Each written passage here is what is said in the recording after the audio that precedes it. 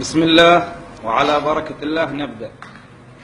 تم هذا التصوير في منزل السيد أبو علي قرية الحجاج، وهذا للاختراع من قبل الأستاذ علي صالح.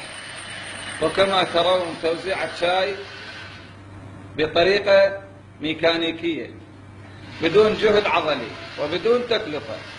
كما ترون الشاي قادم إلي. والله بلا زحمة شوي، بدها تدلل يعني على الريبول الآلي.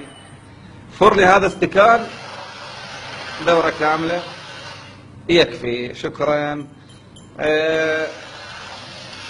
قد منا اياه على المعذب نفسه وما رضوا يدعم الصلاحية.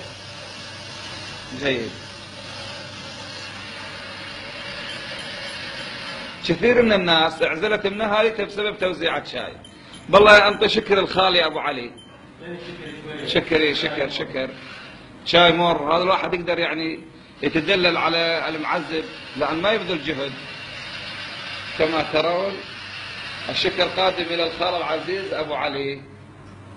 خال لا تطمع بالشكر، حيل شويه، خلي لي شويه. شكرا. انا انتقل حلاخي اني اخذ لي خاشوقة شكر. بسم الله. بعيده والله علي شويه. الله الله شوي. نوب. جيد. لا تكبي الاستكان. تحكم بآلية حتى تصويرنا ما يفشل. بسم الله.